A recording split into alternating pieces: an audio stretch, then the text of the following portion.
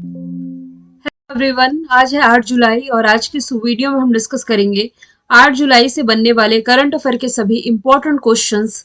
Saturday की class में हमने देखा था कि झारखंड के मुख्यमंत्री बने हेमंत सोरेन 46वां यूनेस्को विश्व धरोहर समिति सत्र की मेजबानी की है राजधानी दिल्ली ने। भारतीय मसाला बोर्ड ने एआई उपकरण विकसित करने के लिए एनआईसी के साथ समझौता किया। चर्चे में रहा जो अपोफिस है, जो कि एक तरह का एस्ट्रॉइड क्षुद्र ग्रह है। त्रिपक्षीय बहु क्षेत्रीय एक अभ्यास है फ्रीडम एज, जिसमें कि south Korea, America, Japan participate कर रहे हैं। अभी हाल ही में एसबीआई के द्वारा एमएसएमई सह सुविधा की शुरुआत की गई। कीर स्टारमर ये ब्रिटेन के नए प्राइम मिनिस्टर बने हैं और उपसेना प्रमुख के रूप में एनएस राजा सुब्रमणी ने पदभार संभाला है। मनोज बाजपेयी के जीवन पर बेस एक किताब है जो कि लिखी गई पीयूष पांडे के द्वारा। पंजाब हरियाणा हाईकोर्ट के नए मुख्य न्यायाधीश ये बने हैं जस्टिस शील नागू। ये सभी क्वेश्चंस हमने कल पढ़ लिए थे और कल शाम से आप लोगों के लिए एक पहल शुरू की गई है जिसमें आप लोगों को डेली शाम को 7 बजे एक topic wise current affair cover कराया जाएगा। जैसे कि कल पहला टॉपिक मैंने अपलोड किया है वो है इंडेक्स और रैंकिंग का। 2024 में जितने भी महत्वपूर्ण रैंकिंग रिलीज किए गए हैं अपडेट करके टॉप 50 क्वेश्चंस मैंने कल ही अपलोड किए हैं शाम में। आप लोग वीडियो वाले ऑप्शन में जाकर के देख लेंगे, मिल जाएगा। और यदि मेजोरिटी रही तो ऐसे ही टॉपिक वाइज करंट अफेयर आपके आते रहेंगे। मुझे बताइएगा मेजोरिटी में नेक्स्ट टॉपिक आप किस पर चाहते हैं। यदि ये सीरीज आप लोगों के द्वारा पसंद की गई तभी ये कंटिन्यू रहेगी, अदरवाइज इसे बंद किया जाएगा। ठीक है। तो चलिए शुरू करते हैं आज का हमारा पहला सवाल। सवाल है, भारत ने रुद्रम 1 मिसाइल का सफल परीक्षण किया है। ये किस प्रकार की स्ट्राइक करने वाली मिसाइल है? तो ये हवा से सतह यानी कि एयर टू सरफेस वॉर करने वाली मिसाइल है। आप ये जरूर याद रखें कि इसका जो डेवलपमेंट है यानी कि इसका जो विकास है किसके द्वारा विकसित किया गया है? डीआरडीओ यानी कि डिफेंस रिसर्च डेवलपमेंट ऑर्गेनाइजेशन।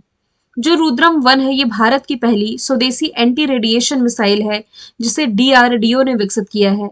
इसे दुश्मनों के राडार, संचार प्रणालियों और रेडियो फ्रिक्वेंसी के जो स्रोत हैं, जो सोर्स हैं, इसका पता लगाने के लिए, ट्रैक करने के लिए और इन्हें बेअसर करने के लिए डिजाइन किया गया है। देखिए, रुद्रम एक ऐसा सिस्टम इस्तेमाल करता है जिससे रेडियो फ्रिक्वेंसी सोर्स को आसानी से डिटेक्ट और क्लासिफाई कर सकता है। और इस सिस्टम को पैसिव होमिंग हेड कहते हैं। क्या कहते हैं? Passive homing head. मैं स्पष्ट कह पा रही हूं यदि आप सुन पा रहे हैं तो। इस सिस्टम को क्या कहते हैं? पैसिव होमिंग हेड कहते हैं। मीडिया रिपोर्ट्स के मुताबिक यदि देखा जाए तो रुद्रम मिसाइल को एक बार यदि टारगेट कर दिया जाए किसी चीज पर, कहने का मतलब है कि ये जो रुद्रम मिसाइल है एक बार टारगेट पर यदि लॉक हो जाता है तो बीच में रेडिएशन सोर्स बंद होने पर भी सटीक वॉर कर सकती है। तो ये हवा से जमीन पर वॉर करने वाली मिसाइल है जिसे भारतीय वायुसेना के लिए डिजाइन किया गया है। इसे भारतीय वायुसेना के सुखोई 30 MKI फाइटर जेट के साथ इंटीग्रेट किया गया है जो लॉन्च प्लेटफॉर्म के रूप में कार्य करता है। ठीक है, तो ये कैसी मिसाइल है? एयर टू सरफेस वॉर करने वाली मिसाइल है। डीआरडीओ के द्वारा डेवलप की गई है, डिफेंस रिसर्च डेवलपमेंट ऑर्गेनाइजेशन, जिसका फॉर्मेशन ईयर हो जाएगा 1958। हेडक्वार्टर की यदि मैं बात करूं तो ये हो जाएगा राजधानी दिल्ली में और इसके वर्तमान में हेड ये है समीर कामत। मैं आपको बता दूं, समीर कामत का कार्यकाल ये पूरा हो चुका था लेकिन इनका कार्यकाल 1 साल के लिए और एक्सटेंड कर दिया गया है। सवाल नंबर दूसरा है, हाल ही में संपूर्णता अभियान की शुरुआत किसने की है? तो अभी हाल ही में जो नीति आयोग है इसके द्वारा संपूर्णता अभियान की शुरुआत की गई है। ये देश भर के महत्वाकांक्षी जिलों और ब्लॉकों में 30 सितंबर तक यानी कि ये 3 महीने चलने वाला अभियान है। कुछ पैरामीटर्स के आधार पर, जैसे कि इसमें हेल्थ, न्यूट्रिशन यानी कि स्वास्थ्य, पोषण, कृषि, सामाजिक विकास और शिक्षा जैसे विषयों पर ध्यान केंद्रित करते हुए जुलाई से सितंबर तक इस 3 महीने तक ये अभियान चलाया जाएगा नीति आयोग के द्वारा। नीति आयोग यानी कि national institution for transforming India योजना आयोग के स्थान पर ये 2015 में लाया गया। मुख्यालय दिल्ली में है। देश के प्रधानमंत्री होते हैं इसके अध्यक्ष जो कि प्राइम मिनिस्टर नरेंद्र मोदी, उपाध्यक्ष सुमन बेरी, सीईओ ये हो जाएंगे बीवीआर सुब्रमण्यम। बात की जाए यदि यूपीएससी की, यूनियन पब्लिक सर्विस कमीशन की, तो इसका प्रभार अभी कौन संभाल रहे हैं? मनोज सोनी। और यदि आप रिलेट करेंगे तो करंट अफेयर में मैंने आपको बताया था, यूपीएससी से ही रिलेट करके मैंने बताया था कि अभी हाल ही में जी किशन रेड्डी के द्वारा यूपीएससी के जो योग्य एस्पिरेंट हैं इनके लिए 1 लाख रुपए तक की सहायता प्रोवाइड कराने के लिए निर्माण पोर्टल लॉन्च किया गया था। और यदि मैं बात करूं स्वास्थ्य मंत्रालय की, अभी स्वास्थ्य मंत्रालय किसके हाथ आया है? जेपी नड्डा साहब ये संभाल रहे हैं। और राष्ट्रीय चिकित्सा आयोग का कौन सा करंट अफेयर हमने देखा है कि अभी हाल ही में डॉक्टर BN गंगाधर ये राष्ट्रीय चिकित्सा आयोग के नए अध्यक्ष चुने गए हैं। सवाल नंबर तीसरा है, मर्सर की cost of living city ranking के अनुसार 2024 में प्रवासियों के लिए सबसे महंगा शहर किसे बताया गया है? तो अभी हाल ही में हांगकांग प्रवासियों के लिए सबसे महंगा शहर बताया गया है। आवास और परिवहन के मामलों में ऊंची कीमतों के कारण सिंगापुर दूसरे स्थान पर सिंगापुर को दूसरा स्थान दिया गया है। स्विट्जरलैंड का ज़ुरिक शहर तीसरे स्थान पर और जेनेवा इसमें चौथे स्थान पर रहा है। और सबसे कम खर्च वाले शहर में यदि हम देखें तो नाइजीरिया का अबूजा है 226वें स्थान पर और नाइजीरिया का ही लागोस इसमें 225वें स्थान पर रहा है। यदि मैं बात करूं ट्रैफिक इंडेक्स की, दुनिया के सबसे भीड़ भाड़ वाले शहरों में यूके की कैपिटल लंदन टॉप पर है। भारत की तरफ से बैंगलोर 6वें स्थान पर रहा है। यदि मैं बात करूं दुनिया में सबसे रहने योग्य शहर की यानी कि मोस्ट लिवेबल सिटी की, तो ये हो जाएगी वियना, जो कि ऑस्ट्रिया की कैपिटल है। सवाल नंबर चौथा है, हाल ही में ईरान के नए राष्ट्रपति कौन बने हैं? तो अभी हाल ही में मसूद पेजिशकियान ये बने हैं ईरान के नए राष्ट्रपति।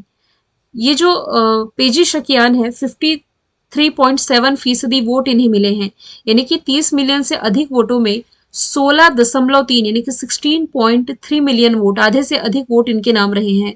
61 मिलियन पात्र मतदाताओं में से केवल 40% ने ही वोटिंग की है, जो कि 1979 के इस्लामी क्रांति के बाद किसी भी राष्ट्रपति चुनाव में सबसे कम मतदान दर्ज किया गया है।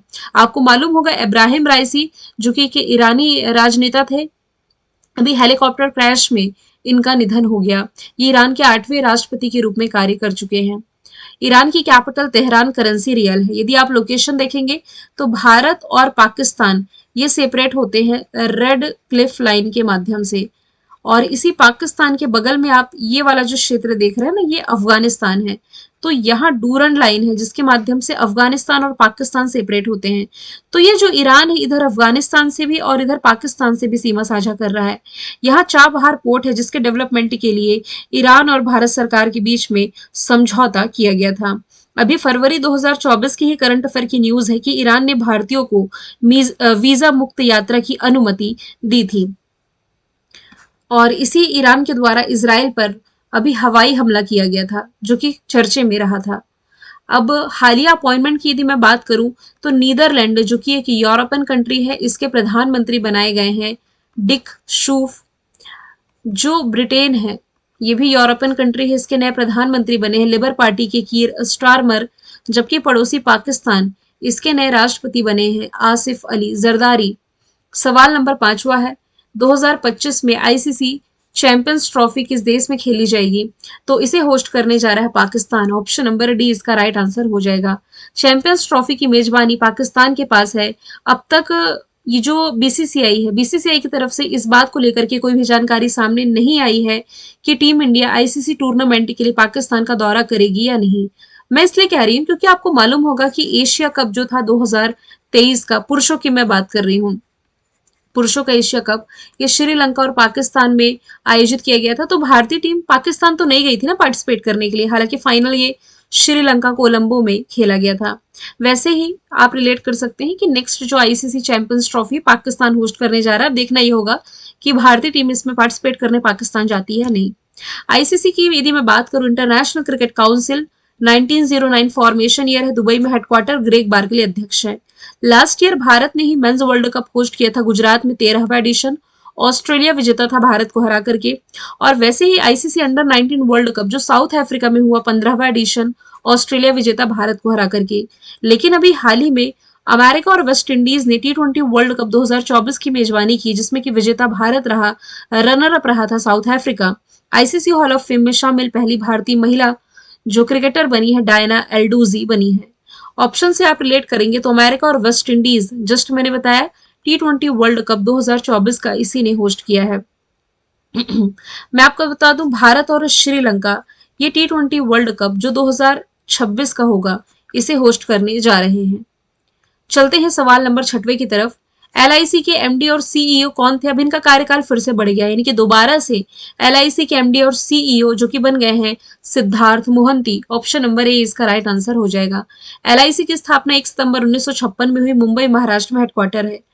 ये मार्च 2024 तक 52.52 ट्रिलियन या आप कह सकते हैं 630 बिलियन अमेरिकी डॉलर मूल्य की भारत की सबसे बड़ी बीमा कंपनी रही है।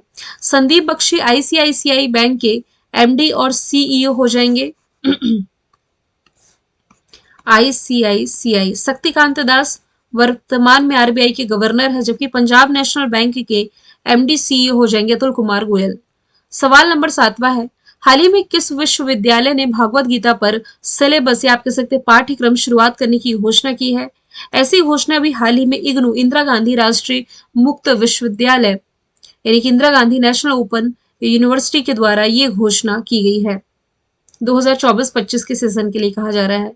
पाठ्यक्रम जुलाई 2024 से शुरू हो चुका है और इसे open and distance learning ODL के माध्यम से पेश किया जाएगा। इससे पहले किसी भी यूनिवर्सिटी में भागवत गीता डिग्री कोर्स ये लेकर के नहीं आई थी, यानी कि भगवत गीता पर कोई डिग्री मिल सकती है ऐसा कोई व्यवस्था नहीं थी। हालांकि जो दिल्ली यूनिवर्सिटी है, जवाहरलाल नेहरू यूनिवर्सिटी है, बनारस हिंदू विश्वविद्यालय है, इसके समेत कई ऐसे विश्वविद्यालय है जिसे जहां पर इसे एज अ ऑप्शनल यानी कि वैकल्पिक विषय के रूप में पढ़ाया जा रहा था, लेकिन इस पर डेडिकेटेड पूरा प्रोग्राम, पूरा सिलेबस, पूरी डिग्री ये पहली बार शुरुआत की जा रही है। कहां पर? इग्नू में। इस प्रोग्राम का पूरा नाम है MA भागवत गीता अध्ययन। ठीक है। अब यदि मैं बात करूं अदर ऑप्शन की, तो खेलो इंडिया यूनिवर्सिटी गेम जो कि इस साल असम के गुवाहाटी में आयोजित किए गए थे, जिसका शुभंकर था अष्टलक्ष्मी, इसमें पदक तालिका में चंडीगढ़ यूनिवर्सिटी टॉप पर रही है। बात की जाए यदि काशी हिंदू विश्वविद्यालय या इसे आप कह सकते हैं बनारस हिंदू विश्वविद्यालय, तो आप ये भी कह सकते हैं कि उत्तर भारत का पहला मानव DNA बैंक यहीं पर स्थापित किया गया है। और जवाहरलाल नेहरू यूनिवर्सिटी जो कि कहाँ स्थित है? दिल्ली में स्थित है। नाइजीरिया नहीं, माफ कीजिएगा, तंजानिया की जो राष्ट्रपति है सामिया सुलुहू, इन्हें मानद उपाधि से सम्मानित किया गया था JNU के द्वारा। सवाल नंबर 8वां है, भारत को किस देश से 35,000 AK-203 असॉल्ट राइफल मिले हैं? तो ये भारत ने प्राप्त किया है रशिया से। ऑप्शन नंबर सी इसका राइट आंसर हो जाएगा। उत्तर प्रदेश के अमेठी हथियार कारखाने में रशिया और भारत द्वारा संयुक्त रूप से निर्मित 35,000 राइफल का पहला बैच भारतीय सेना को दे दिया गया है। मैं आपको पहले ही बता चुकी हूँ कि ये जो AK-203 असॉल्ट राइफल है, ये इंडियन आर्मी के इंसास राइफल को रिप्लेस कर रही है। इंसास यानी कि इंडियन स्मॉल आर्म्ड सिस्टम। ठीक है।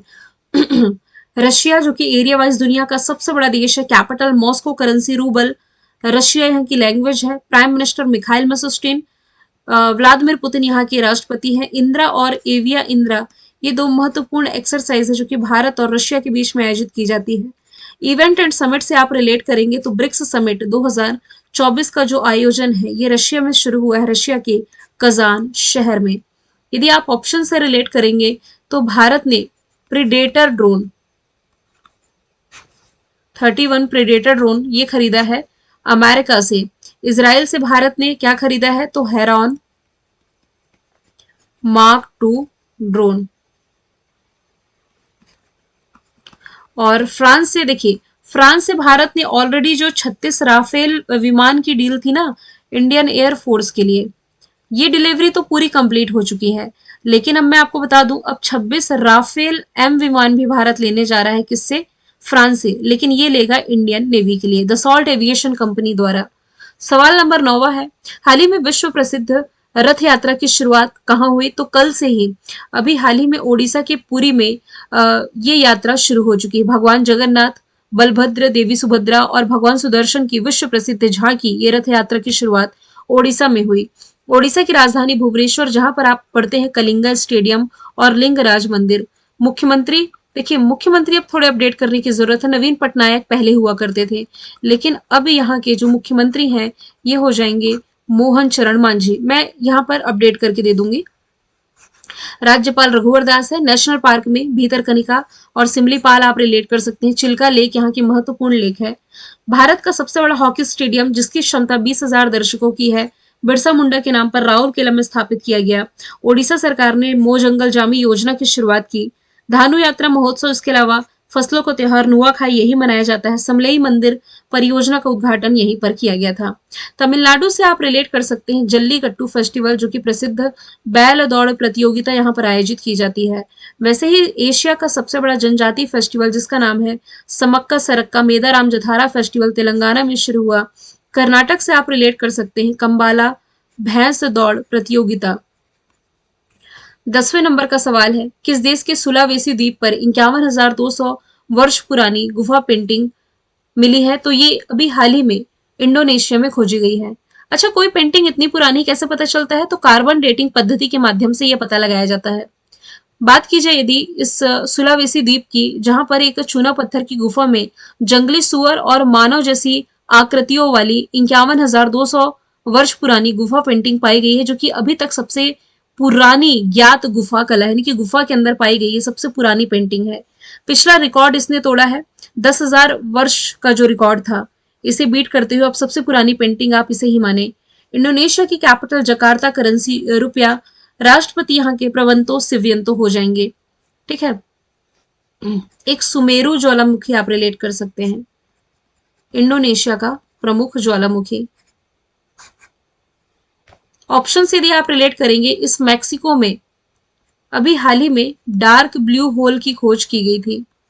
अर्जेंटीना में एक 90 मिलियन वर्ष पुराना शाकाहारी डायनासोर खोजा गया था। ये 90 मिलियन वर्ष पुराना ही था ना? यदि मैं ईयर में कंफ्यूज हूं तो आप मुझे बताएंगे ये ईयर क्या था, 90 मिलियन ही था या कुछ और था? रशिया में सबसे पुरानी गुफा की खोज की गई है। मैंने कल आपसे पूछा था पहला के सरस्वती अम्मा पुरस्कार किसे मिला? पी गीता राइट आंसर था। आज का सवाल है, संघाई कॉर्पोरेशन ऑर्गेनाइजेशन के 10वें पूर्ण सदस्य के रूप में कौन शामिल हुआ है? आंसर इसका जो भी आप कमेंट बॉक्स में बताइएगा। हम मिलेंगे नेक्स्ट वीडियो में। Thank you so much.